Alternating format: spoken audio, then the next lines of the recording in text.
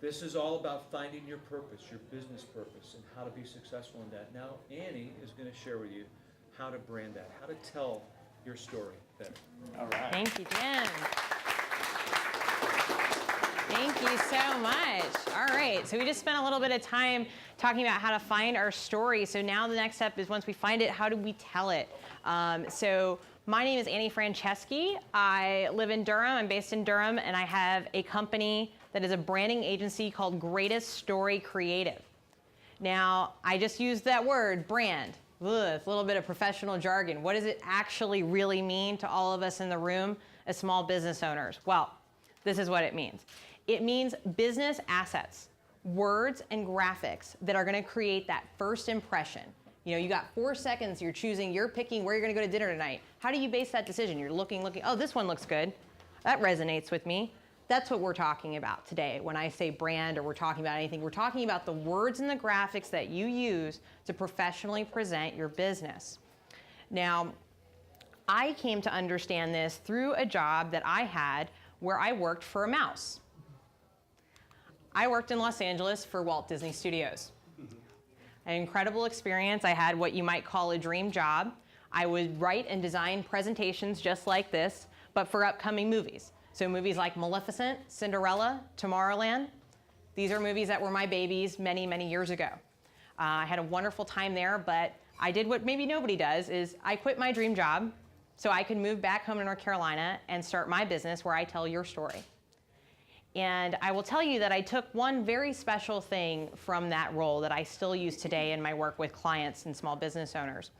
And that is really this, that your words and graphics, the business assets you use, they tell your story.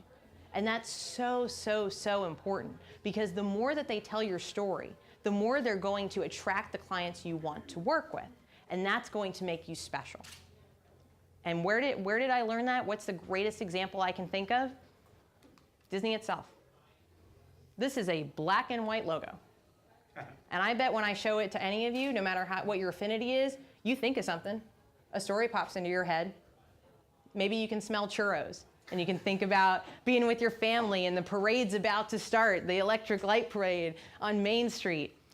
Maybe for some of you, you go, it's that movie that I know all of the songs to, right? Hakuna Matata. You got that. And I can guarantee that no matter how you feel about Disney as a company, I think every single person in this room knows this fact and this story, is that it all started with a mouse, and it all started with Walt Disney. Why do I tell you about that? Do I expect you to have the kind of marketing budget that Disney has? Absolutely not. I tell you that because I believe, and the work I do is all about believing in the fact that you don't have to be Disney to have a brand and to have these assets that tell this story that make you special. Because every one of you in this room has a unique story to tell. And that is why, as a person who creates brands, I do things a little bit differently at Greatest Story. For Greatest Story, we don't expect you to do a lot of things. We do not expect you to know what a brand is. We don't expect you to know what it is that you need or what you need to do for your business for it to be successful in this way. And guess what? We don't expect you to be creative or to have a creative business. That's okay. And why do I have those set of expectations? It's really simple. Because you guys are already great at what you do. You are already great at what you do. If you are a phenomenal lawyer, guess what? I don't expect you to be a copywriter or a graphic designer. You're great at what you do.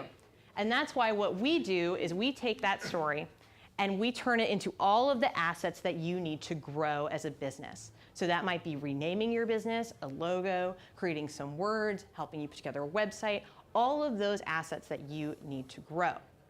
Now, today I want to introduce the idea that a professional and authentic look and feel is going to bring you more business. And that is why I do what I do. And it does this through 3 different things.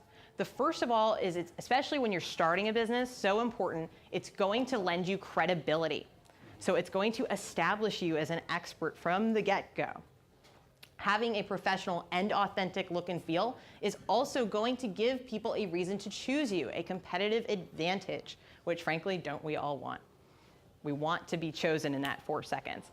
And then lastly, so importantly, another C, confidence. okay? When you present, you know that you are presenting yourself very professionally in a way that feels authentic to you. It's not just slick and fabulous, it's something you really believe in because it's based on you. And not only is it going to give you confidence, it's going to give your clients confidence because they are going to know why they chose you. Now, I'm going to ask you a couple of questions today. I'm not going to ask you to raise your hand. You may have seen your logo as you were arriving today. I did pull everybody's logo I could find and pull it into the slideshow before. But I brought a little bit of fairy dust with me as well to say this, which is, this is a logo and website safe space. Okay? So if you created your own logo, if you don't have a logo, if you don't have a website, there's no judgment here. That's why I'm not going to ask you to raise your hand. I just want you to think as I ask these questions if they relate to your business and what changes and ideas might you have. Jot them down, have some paper out if you do. But this is really going to be about an internal discussion with you and me, and we can talk more later. But this is not to put anyone on blast. You're not going to see your logo, I promise. So all that being said in the safe space, which is first question, I wanted you to think about the name of your business. So, is your business name working for you? Is it working for you? Is it attracting the people you want it to attract? If you think it is not, and you are considering rebranding, renaming your business, I want to give you some of my best practices from naming, because I do help clients name their business, either starting or rebranding. So here are my best practices. The first thing you want to ask yourself is this: does it pass the easy test? So is it easy to pronounce, to spell, and remember? So if I can't pronounce your name of your business, guess what I don't talk about, because I don't feel comfortable talking about it. I'm like, oh, I don't know. How do you pronounce this? If I can't spell your business name, guess what I can't find in Google? That's a problem, okay? And if I can't remember it, well, the other two don't matter anyway, right? So is your name, if you're not sure, ask yourself these questions. Does it pass this test? Second, is it ownable? Can you own it locally? Can you own it as a .com or the website that you want to have? Can you buy that? Another thing that people forget about is social media. Can you go onto Facebook and type facebook.com/greateststorycreative? Is that available to you, or does someone else have it? You want to know. You want to check all the platforms that you would want to be on.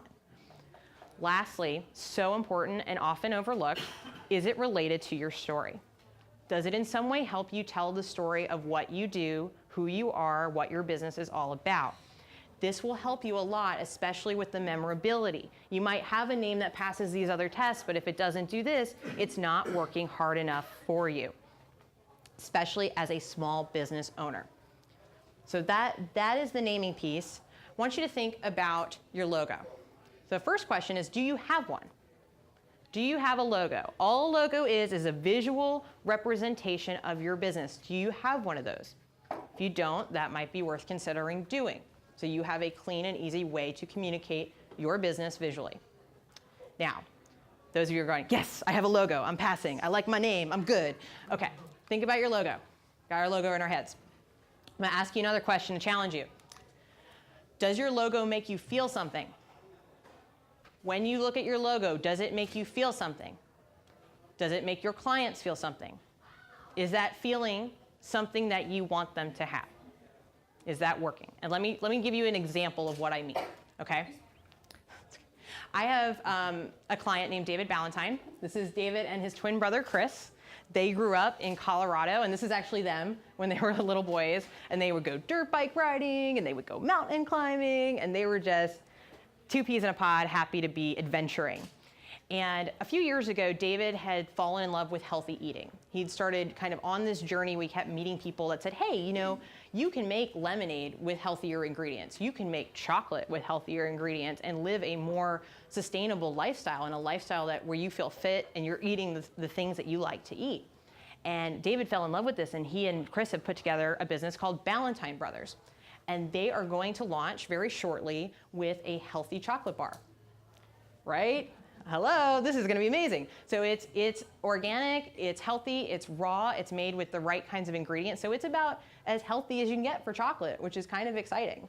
I'm excited about it anyway. And David came to me in the fall and he said, Annie, we already have a logo, but we'd love for you to do our website. And I said, okay, great. You know, he tells me the story. And then he says, you know, okay, and here's the logo. And this is what he showed me. Valentine Brothers Foods. Does that make you feel anything? Does that say Healthy Chocolate Company? It sounds like a beer. Right. Do you want to eat that? Okay. So you're having maybe some of the thoughts that I had when I saw it. And I had to have a conversation with David, and I said, David, you just told me this amazing story of you and your brother and adventuring and discovering these new foods. And I get why you got here, right? And you can probably get if you guys were to create a logo and you go, okay, it's going to be eco-friendly, it's got to appeal to healthy people, green is a very appealing color. You can see where some of these ideas came up when they had just a graphic designer put it together. And I said, David, I'd really like to take a shot at this. I think we can put more of your story into the logo, and I'd like to write you a tagline as a part of that. He said, all right, give it your best shot. So we got to know each other. I interviewed him. We put together this instead. Valentine Brothers, Good For You Food Adventures. Does that make you feel something? I want chocolate, right? Like, we should have gotten chocolate outside.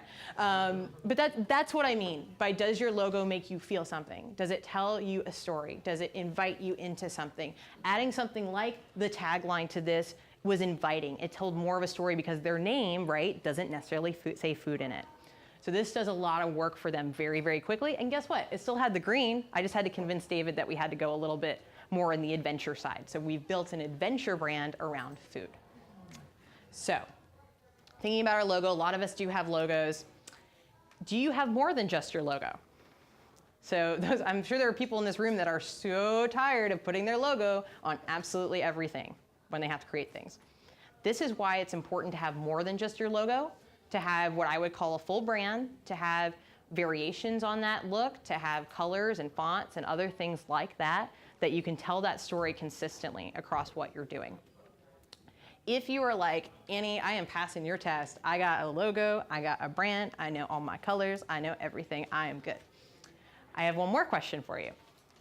If you have all those things, do you have a brand that is only visual?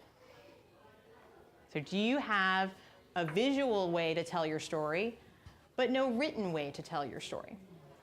This is why what I do is a little bit different. I do writing as well as design. So when people come to me and I create and help them with a brand for their business, I will do the writing as well. So for Valentine Brothers, who I just showed you what their logo is, I put together, instead of a brand guide, we did a brand story guide. So here's kind of a look at what that looks like. So this is the first page, and we've got his marketing positioning. What is the business really all about? What are the taglines and the secondary taglines? One of their secondaries is discover what's good for you. Okay, so it works together for different kinds of stories. You're still gonna get things like your colors, which are really important. You're gonna get your fonts, all of those things, but then you're also gonna get variations on your logo and what everyone hates to write, your biography, your about story. Yeah, like no one likes to write that, including me. It's very hard, but people basically hire me and I do it for them. And they go, great, sounds like me, I'm awesome. So that's how the looking goes. And we even did things like they might expand to lemonade, so we built a system for them so they have a way to grow into that. So this becomes the heart and soul of what you're doing. So having a tool like this, you could imagine, you bring on an intern. Hey, this is what we're all about, right? You bring on new staff, or even you forget and go, I got to write something for the business. Where do I start? Right here. I got to create something. Where do I start? Right here. So having asked you all of these things, I do want to ask you this big question. Thinking about everything that you do, whether it's online, I want you to think about your business card, I want you to think about how you might introduce yourself to one of us or somebody here tonight. Are you being consistent? Are you being consistent? Okay, this is really, really important. The more consistent you are about these kinds of assets and how you present your business is so important, because the more consistent you are, the more you're going to attract the people you want to attract. They're not going to miss you, because you are everywhere and you have that same voice, you have that same visual. So how do you be more consistent? These are my secrets. These are my best practices. The first is to use a set of fonts. To know what your business fonts are, have them downloaded to your computer, put them on your website, use them in all your documents, contracts, things like that. I do this as well. And you just pick two that work really well together. Now, the other thing you can do visually, really important, have a color palette. Have a set of colors that you always use. This will help even if you're creating new graphics and you don't want to use all those things, or you only have a logo. If you have a consistent set of colors, that's a great asset to you.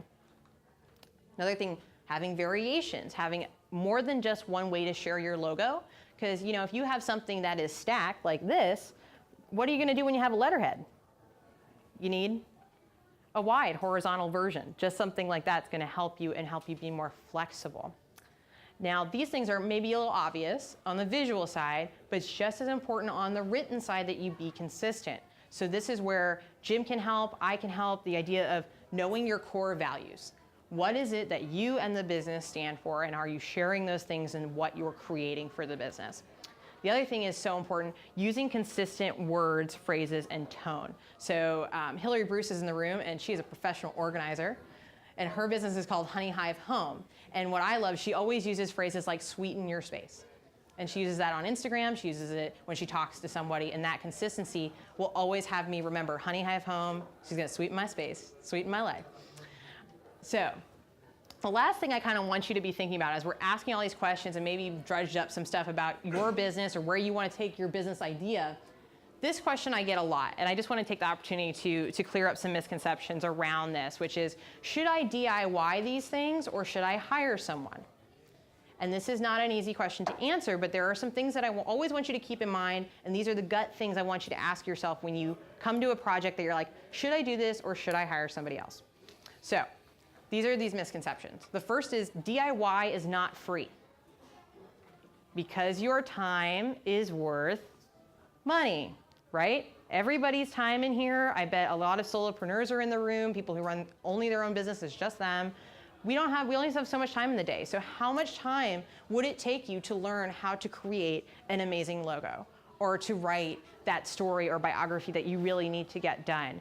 You know, these are the things that you need to really ask yourself that are really important. If you have the time to do it, great, then maybe that you go in that direction. But this is something to consider if you're staring down the barrel of, I need all of this stuff done. Second thing I would tell you, kind of touched on it a little bit, but remember that professional can be generic. Professional can be generic. Templates, okay? How many times do you go to a restaurant website or a lawyer's website, you go online, you're trying to pick, I gotta pick a guy, and you're looking at all their websites. If you don't feel anything, it doesn't matter how clean or professional the website is. How many times have we looked at clean and professional websites? If there's nothing that grabs you, if there's nothing to relate to, your professional is just as generic as having the website from 6 years ago. It's just as much of a negative. So keep that in mind, that it's not just about the template, it's what you bring to it. What story are you telling? The next thing I just want to say this, start with your strategy, not your logo. Your logo, as I said earlier, is only a visual tool to communicate. It does not dictate your strategy or the goals of your business. You need to know what the goals of your business are first. What do I need to communicate to that first impression? What do I want someone to think the first time they see my business? You want to answer that question first, and then you want to either have the logo created or create it yourself that delivers on that promise. So this is why if you go on like Fiverr, or as my dad thought it was called Fibber, it doesn't always work for you, and it doesn't necessarily create a logo that means something because there needs to be a strategy behind it. And someone who's designed logos before will get to know you just like I would get to know you and understand how to bake that strategy, get to know what it is, and then make sure you feel something, right? So strategy, not your logo. It is an investment that will propel you for years. This is something I get a lot. It's like, what are logos supposed to cost? What are all these things supposed to cost? It's an investment just like anything else when you have a business. And it is something that is really interesting because a lot of people think it's very expensive, but if you have a service-based business, it could be the amount of 1 to 3 clients. And if you could get 1 to 3 more clients, you're set. And you're probably gonna get more than that by getting those things that I talked about earlier about credibility and competitive advantage and confidence that you're going to gain more business because you're hitting it from all 3 of those angles. So I know I've asked a lot of questions today about your businesses and where you might be with them or if you're starting one. And I actually think it'd be great to sit down, with one of you and imagine what it would be like for us to look at your business from all aspects, from your website to your social media to how you talk about the business. And I could give you some low-hanging fruit and say, here's all these things I'm seeing. Here's what you're doing really well. Here's some great opportunities for you that are untapped. I would do this right away and give you some strategies one-on-one to help you make that brand better and to tell your story better. And that is exactly what I am giving away to someone in the room. So I'm giving away a professional brand analysis. I will actually do a full presentation to you based on everything you share with me about your business. We will look at ways to improve it in a one-on-one, 1-hour strategy session. So that can be helping you do it yourself and also giving you tools in the future if there's something that I can help you do. But that is what I'm going to be giving away. I'm also going to tease the fact that there's something that I'm giving away, Joe is giving away, and Jim is giving away for every single person in this room. So I'm really excited about that. And with that, I'm going to hand the basketball over to Mr. Joe Navarra, who's going to tell you about how to take all of this and network better. So, thank you.